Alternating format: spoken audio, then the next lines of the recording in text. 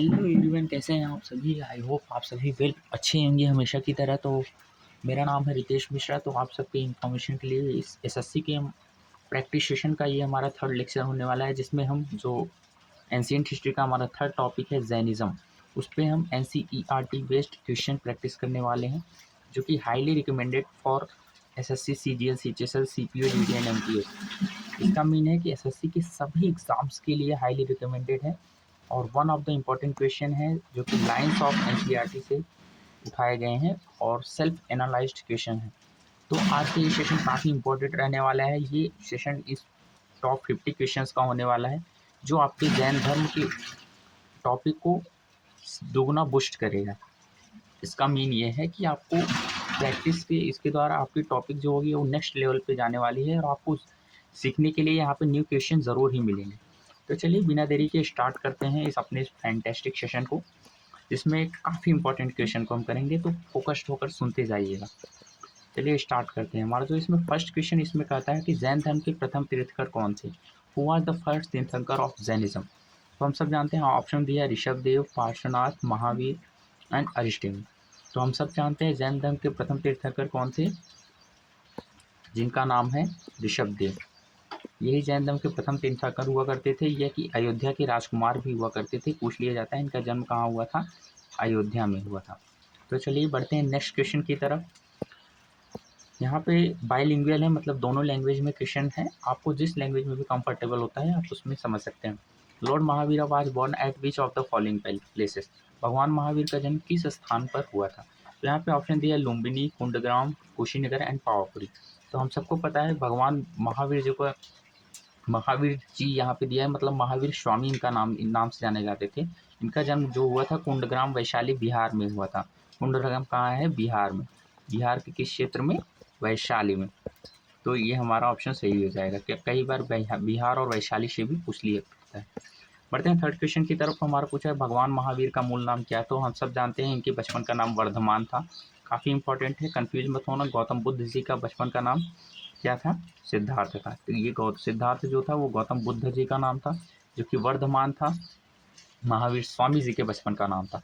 तो इसके according option number C हमारा बिल्कुल करेक्ट हो जाएगा। बढ़ते हैं नेक्स्ट क्वेश्चन की तरफ। तो हमारा फोर्थ क्वेश्चन कहता है महावीर स्वामी किस शाही वंश कुल से संबंधित थे।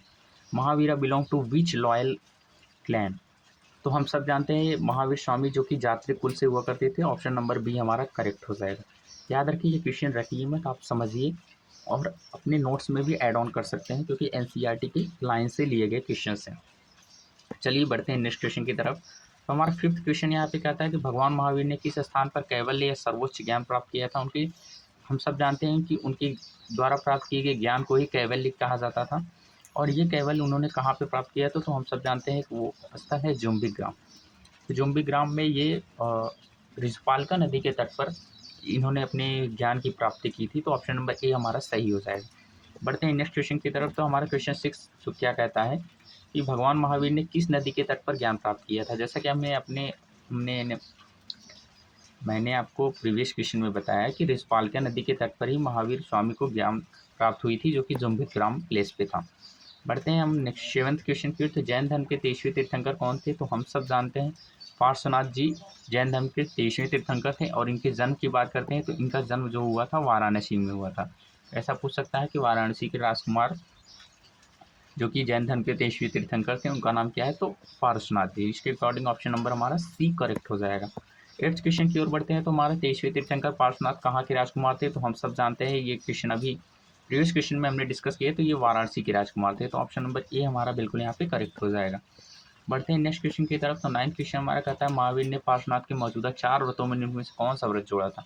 हम सब जानते हैं पार्श्वनाथ जी द्वारा 4 व्रत दिए गए थे, सत्य, अहिंसा, अस्तेय व अपरिग्रह। लेकिन महावीर स्वामी ने इसमें एक और ऐड ऑन किया था और इन्होंने टोटल 5 महावृत का निर्माण किया था। इसमें इन्होंने कौन से टर्म को जोड़ा था। तो वो है ब्रह्मचर्य। तो ऑप्शन नंबर डी हमारा करेक्ट हो जाएगा। याद रखिएगा पार्श्वनाथ जी द्वारा 4 बताए गए थे, तो महावीर जी द्वारा 5 बताए गए थे। इन्होंने उनके द्वारा बताए गए व्रतों में एक ऐड ऑन किया था, जो कि ब्रह्मचर्य था। तो बढ़ते हैं हम 10th क्वेश्चन की तरफ। 10th क्वेश्चन में क्या कहता है भगवान महावीर ने निर्वाण मृत्यु कहाँ प्राप्त किया था। हम सब जानते हैं where did the Lord Mahavir attain nirvana. निर्वाण का अर्थ ही होता है कि मोक्ष की प्राप्ति उन्होंने कहाँ पे प्राप्त किया था। तो हम सब जानते हैं ये पावापुरी जो कि कुशीनगर मल्ल में पड़ती है, कुशीनगर से भी क्वेश्चन पूछ लिया जाता है, जैसे कई बार कुशीनगर ही दे देता है ऑप्शन में। तो यहाँ पे कुशीनगर कहाँ पे है, ये हमारे अपने उत्तर प्रदेश में। वैसे इसके अकॉर्डिंग ऑप्शन नंबर ए हमारा करेक्ट हो जाएगा। बढ़ते हैं 11th क्वेश्चन की तरफ। तो प्रथम जैन संगति निम्न में से किस स्थान पर आयोजित की गई। तो हम सब जानते हैं first Jain council was led held at which of the following places. हम सब जानते हैं तो प्रथम जैन महासंगति जो कि पाटलिपुत्र बिहार में ऑर्गेनाइज की गई थी। ये बिहार की 16 महाजनपदों में सबसे फेमस एंड स्ट्रॉन्गेस्ट महाजनपद हुआ करती थी। तो बढ़ते हैं नेक्स्ट क्वेश्चन की तरफ। तो हमारा 12th क्वेश्चन क्या कहता है, पाटलिपुत्र में आयोजित प्रथम जैन महासंगति की अध्यक्षता किसने की थी। हम सब जानते हैं उस समय जो दो फेमस अनुयायी हुआ करते थे, स्थूलभद्र एंड भद्रबाहु।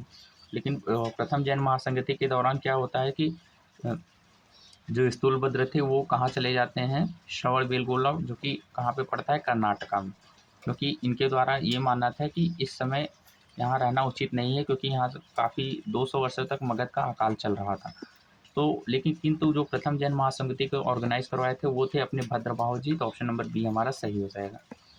बढ़ते हैं 13 क्वेश्चन की तरफ। द्वितीय जैन महासंगति गुजरात के वल्लभी में आयोजित की गई थी, इसके अध्यक्ष कौन थे। तो इससे ज़्यादा क्वेश्चन नहीं पूछता है, लेकिन ये पूछ ही लेता है, ये पूछा गया क्वेश्चन है कि सेकेंड जैन काउंसिल जो हुआ था, सेकेंड जैन काउंसिल की जो चेयरमैन थे वो कौन थे। चेयरमैन का नाम पूछता है, प्लेस का नाम भी पूछता है। जो प्लेस था वहाँ पे वल्लभी गुजरात बता दिए गए हैं। जो चेयरमैन थे उसका नाम था देवर्धा, नाम से जाने जाते हैं, जिनका देवर्धा या क्षमा श्रमण इनका पूरा नाम है। तो ऑप्शन नंबर सी हमारा बिल्कुल करेक्ट हो जाएगा। तो हम बढ़ते हैं 14 क्वेश्चन की तरफ। किस राजा के शासनकाल में जैन धर्म श्वेतांबर और दिगंबर नामक दो संप्रदायों में विभाजित थे। यहाँ पे पूछा गया है कि किस राजा के शासनकाल में श्वेतांबर और दिगंबर नामक दो संप्रदायों में विभाजित हो गया था। तो हम सब जानते हैं उस समय जो फर्स्ट जैन काउंसिल जो ऑर्गेनाइज हुआ था, उस समय जो वहाँ का शासक हुआ करता था। हाँ, तो हम बात कर रहे थे अपने फर्स्ट जैन काउंसिल। जो हमारा फर्स्ट जैन काउंसिल ऑर्गेनाइज हुआ था वो किसके शासन के दौरान हुआ था, चंद्रगुप्त मौर्य के शासन के दौरान।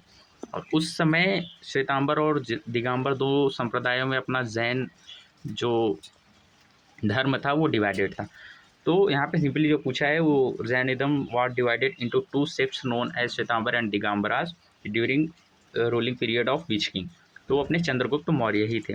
याद रखना, यहाँ से क्वेश्चन ये पूछ लिया जाता था, भारतीय इतिहास का प्रथम चक्रवर्ती सम्राट किसे माना जाता है। हम जानते हैं चक्रवर्ती सम्राट चंद्रगुप्त मौर्य को ही माना जाता है। बढ़ते हैं नेक्स्ट क्वेश्चन की तरफ। तो हमारा 15 नंबर क्वेश्चन कहता है कि मगध के महान अकाल के दौरान दिगंबर संप्रदाय के नेता कौन थे। Who was the leader of the Digambar sect during the great famine of Magadh. तो हम सब जानते हैं दिगंबर के, देखिए वहाँ पे दो भागों में विभाजित था, श्वेतांबर एंड दिगंबर। श्वेतांबर याद रखना ऐसे श्वेतांबर होता है, ऐसे स्थूलभद्र होते हैं, और दिगंबर के जो हमारे संप्रदाय के नेता थे वो भद्रबाहु जी थे। तो ऑप्शन नंबर बी हमारा करेक्ट हो जाएगा। दिगंबर पे श्वेतांबर का पूछेगा तो स्थूलभद्र, और दिगंबर का पूछेगा तो भद्रबाहु। बट यहाँ पे हमारा 15 क्वेश्चन कंप्लीट हो गया है। आई होप आप सबको समझ में आ रहा होगा। अगर कहीं पे डाउट होता है आप कमेंट सेक्शन में पूछ सकते हैं। बढ़ते हैं 16 क्वेश्चन की तरफ। तो स्थूलभद्र के अनुयायी जो श्वेत वस्त्र धारण करते थे उनसे किस नाम से जाना जाता है। हम सब जानते हैं श्वेत वस्त्र को धारण करने वाले को ही श्वेतांबर कहा जाता था। तो यहाँ पे अपना श्वेतांबरास ऑप्शन नंबर बी करेक्ट हो जाएगा। बढ़ते हैं नेक्स्ट क्वेश्चन की तरफ। तो 17 क्वेश्चन का, जैन धर्म के पवित्र ग्रंथों के लिए सामूहिक रूप से किस शब्द का उपयोग किया जाता था। तो जैन धर्म में जो हम जानते हैं जो ग्रंथ होते थे उन सबको मेनली अंग या आगम के नाम से जाना जाता था। तो ऑप्शन नंबर बी हमारा करेक्ट हो जाएगा। इंपॉर्टेंट क्वेश्चन है, याद रखना। बढ़ते हैं 18 क्वेश्चन में। तो प्रारंभिक जैन धार्मिक ग्रंथ किस भाषा में लिखे गए थे। In which language were the early Jain religious scriptures written. तो हम सब जानते हैं कि जो जैन धर्म के अर्ली धार्मिक ग्रंथ थे वो सब मेनली पाली भाषा में लिखे गए थे, और जैन धर्म का प्रथम ग्रंथ भी पाली भाषा में लिखा गया था। तो ऑप्शन नंबर ए हमारा करेक्ट हो जाएगा। पढ़ते हैं 19 क्वेश्चन की ओर। तो स्वायत्तवाद और अनेकांतवाद का सिद्धांत किस धर्म से संबंधित है, हम सब जानते हैं। वैसे तो ये जैनिज्म का टॉपिक ही चल रहा है, तो ऑप्शन नंबर हमारा बी जो है बिल्कुल करेक्ट हो जाएगा। जैन धर्म से रिलेटेड है, याद रखना। Syadvada and Anekantavada belongs to the which religion, that is Jainism. बढ़ते हैं हम अपने 20 क्वेश्चन की ओर। कौन सा मौर्य शासक श्रवणबेलगोला चला गया और संथारा के द्वारा प्राण त्यागे। तो हम सब जानते हैं कि संथारा या संलेखना का मतलब क्या होता है। यहाँ पे इसका मतलब होता है कि भोजन और फूड एंड वाटर का त्याग करके, मतलब भोजन और जल का त्याग करके अपनी मृत्यु का इंतजार करना। ऐसा कह सकते हैं कि ऐसा माना जाता था कि इस भोजन और जल के त्याग के द्वारा मृत्यु को प्राप्त करने वाले को मोक्ष की प्राप्ति होती थी जैन धर्म के दौरान। तो हम सब जानते हैं उस समय का जो फेमस शासक कौन था, चंद्रगुप्त मौर्य था। वही कर्नाटक के श्रवणबेलगोला चला जाता है, जहाँ पे ये स्थूलभद्र के अनुयायी में वहाँ पे ये इसको प्राप्त कर लेता है संलेखन को, और मृत्यु को प्राप्त करता है। 21 क्वेश्चन के ऊपर बढ़ते हैं। तो प्रसिद्ध दिलवाड़ा जैन मंदिर कहाँ पे स्थित है? One of the favourite question of SSC, आप सब पता होगा, दिलवाड़ा जो कि राजस्थान में स्थित है। काफ़ी इंपॉर्टेंट क्वेश्चन। बढ़ते हैं 22 क्वेश्चन की ओर। तो इसमें कहा गया है कर्नाटक के श्रवणबेलगोला में प्रसिद्ध गोमतेश्वर की मूर्ति किसने निर्माण करवाया था? काफ़ी इंपॉर्टेंट क्वेश्चन है, मूर्तियों के निर्माण से पूछ लिया जाता है। ये मेनली स्टैटिक जीके का टॉपिक होता है, उसमें करा दिया जाता है, लेकिन ये हिस्ट्री का ही टॉपिक है। बढ़ते हैं। तो यहाँ पे हम सब जानते हैं कि चामुंड राय ने ही कर्नाटक श्रवणबेलगोला में प्रसिद्ध गोमतेश्वर मंदिर की स्थापना करवाई थी। तो 23 क्वेश्चन के बढ़ते हैं। तो कौन सा कलिंग राजा जैन धर्म का महान संरक्षक था? उसने उदयगिरी गुफाओं का निर्माण कराया था। काफ़ी इंपॉर्टेंट क्वेश्चन है, जो कि एनसीईआरटी में मेंशन है। Which Kalinga king was the great patron of Jainism and constructed of Udayagiri caves? तो हम सब जानते हैं उदयगिरी गुफाओं का निर्माण कराने वाला जो कलिंग राजा था, उसका नाम था पुलकेशिन द्वितीय। सॉरी, यहाँ पे खारवेल, ऑप्शन नंबर ए हमारा करेक्ट हो जाएगा। खारवेल नामक जो शासक था, उसी ने इसका निर्माण करवाया। बात करते हैं तो ऑप्शन नंबर ए हमारा बिल्कुल ही करेक्ट हो जाएगा। बढ़ते हैं नेक्स्ट क्वेश्चन की तरफ। तो 24 में कहता है who was the first disciple of Lord Mahavir? भगवान महावीर के प्रथम शिष्य कौन थे? तो हम सब जानते हैं उसका नाम था जमाली। तो ऑप्शन नंबर ए हमारा करेक्ट हो जाएगा। बढ़ते हैं नेक्स्ट क्वेश्चन की तरफ। 25 का भगवान महावीर की माता कौन थी? तो हम सब जानते हैं कि इनकी माता का नाम त्रिशला था। इनमें जो दिया है उससे हम परिचय करा देते हैं। इनकी वाइफ का नाम था, मतलब पत्नी का नाम था यशोदा, और ये तो इनसे रिलेटेड नहीं है।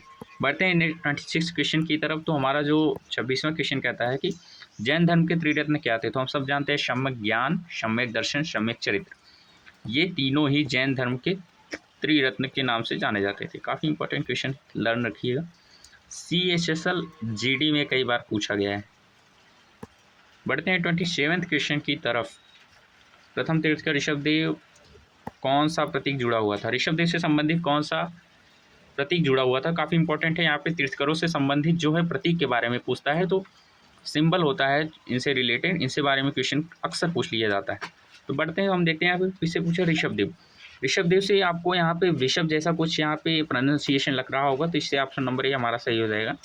ये ट्रिक के लिए है, बाकी ऋषभ का अर्थ यहाँ पे लिखा हुआ है। तो ऋषभदेव के जो प्रतीक था प्रथम तीर्थंकर हुआ करते हैं। यहाँ पे देखिए इसमें मेंशन है प्रथम तीर्थंकर। यहाँ से क्वेश्चन और बन सकता है ना, ऋषभदेव जैन धर्म के प्रथम तीर्थंकर कौन थे? ऋषभदेव थे। इनका जन्म कहाँ हुआ था? अयोध्या में हुआ था। कहाँ के राजकुमार थे? अयोध्या के ही राजकुमार थे। इनसे कौन सा प्रतीक जुड़ा हुआ था? तो ऋषभ जुड़ा हुआ था। यहाँ पे 3-4 क्वेश्चन को हमने ऑर्गेनाइज कर लिया। हाँ, 28 क्वेश्चन की तो बढ़ते हैं। 24वें तीर्थंकर महावीर का कौन सा प्रतीक जुड़ा हुआ था? यहाँ पे देखिए 24 तीर्थंकर से पूछ लिया है। हम जानते हैं इनका नाम भगवान महावीर स्वामी था, और ये संबंधित थे अपने, सॉरी, यहाँ पे हमारा ऑप्शन नंबर बी बिल्कुल ही करेक्ट हो जाएगा। तो मतलब ये भगवान महावीर से जो प्रतीक संबंधित था वो सिंह था। बढ़ते हैं हम यहाँ पे, what symbol is associated with the Parshvanath of 23वें तीर्थंकर? यहाँ पे पहला क्वेश्चन तो ये बन सकता है कि 23वां तीर्थंकर कौन थे? तो वो पार्श्वनाथ जी थे। और इनसे संबंधित जो प्रतीक हुआ करता था पार्श्वनाथ जी से संबंधित, वो था अपना, फर्स्ट ऑप्शन में लायन दिया है, एंड सेकेंड में सर्प दिया है, वृषभ दिया है, शंख। हम सब जानते हैं पार्श्वनाथ से अगर आपको सर्प जैसा कुछ यहाँ पे प्रोनाउंसिएट हो रहा है ट्रिक के लिए, तो यहाँ पे ऑप्शन नंबर बी हमारा बिल्कुल करेक्ट हो जाएगा। बढ़ते हैं 30 नंबर क्वेश्चन की ओर। तो यहाँ पे जैन धर्म में संलेखना के गतिशील प्रथा का अर्थ क्या है? जैसा कि हमने पहले ही बता दिया कि जो अपने चंद्रगुप्त मौर्य थे उन्होंने इस संलेखन को धारण किया था मृत्यु के लिए। तो यहाँ पे इसका मतलब फास्टिंग अनटू डेथ, मतलब तब तक उपवास करना जब तक कि मृत्यु ना हो जाए, और उसका लीड एकमात्र था मोक्ष की प्राप्ति।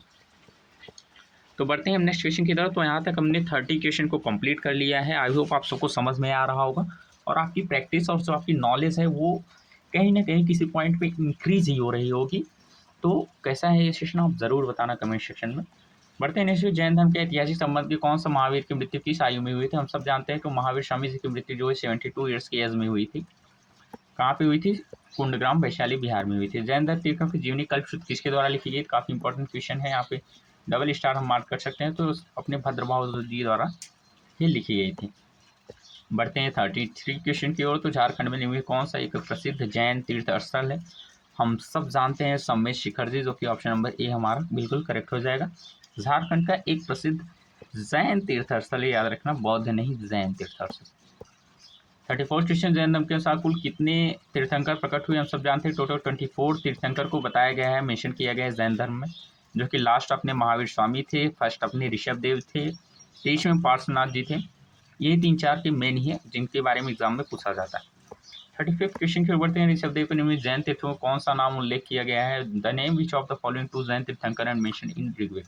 तो ऋग्वेद के अंतर्गत जो ऋषभ देव और अरिष्टमी, इन दो तीर्थंकरों के बारे में हमें मिलता है पता। बढ़ते हैं 36 क्वेश्चन की ओर। तो कौन सा राजा महावीर और बुद्ध दोनों के समकालीन था? हम सब जानते हैं, काफी इंपॉर्टेंट क्वेश्चन है।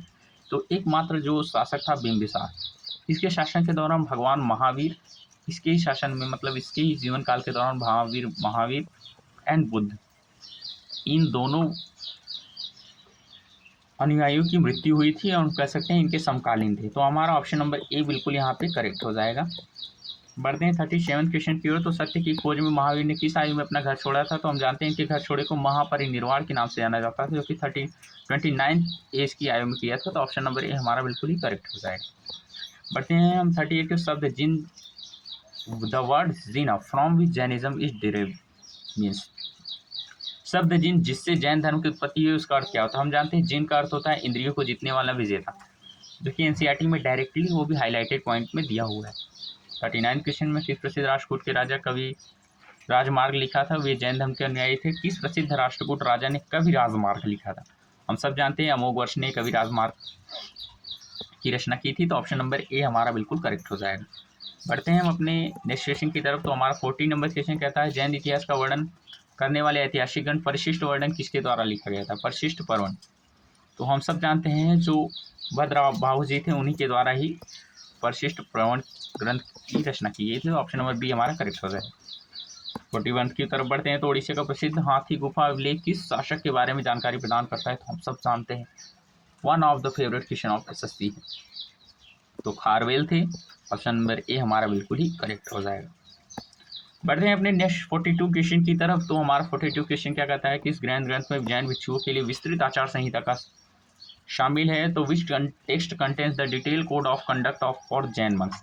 तो हम समझाते हैं भगवती सूत्र, ऑप्शन नंबर बी हमारा बिल्कुल ही करेक्ट हो जाएगा। यहाँ तक हमारा 18 मिनट का सेशन हो चुका है। अभी तक हमने 42 क्वेश्चन को डिस्कस कर लिया है। 43 में बढ़ते हैं। तो किस जैन ग्रंथ में 16 महाजनपदों के बारे में जानकारी मिलती है? तो हम सबको पता है 16 महाजनपदों के बारे में हमें जो भगवती सूत्र नामक जैन ग्रंथ से पता चलता है। तो ऑप्शन नंबर ए हमारा सही हो जाएगा। 44 की तरफ बढ़ते हैं। भगवान महावीर के पिता कौन थे? तो हम सब जानते हैं भगवान महावीर के जो पिता थे उनका नाम था शुद्धोधन। ऑप्शन नंबर बी हमारा बिल्कुल करेक्ट हो जाएगा। सिद्धार्थ तो गौतम बुद्ध का बचपन का नाम था, अब सबको ही पता होगा, चाइल्डहुड नेम। बढ़ते हैं नेक्स्ट क्वेश्चन की तरफ। तो हमारा 45 क्वेश्चन क्या कहता है जैन धर्म में अणुव्रत शब्द किससे का तात्पर्य किससे है? अणुव्रत जो होता है यहाँ पे दिया गया है, इसका अर्थ यहाँ पे है। तो मिलते हैं हम अपने नेक्स्ट सेशन में। तो लास्ट तक बने रहने के लिए धन्यवाद। तो पढ़ते रहिए, बढ़ते रहिए। Thank you so much.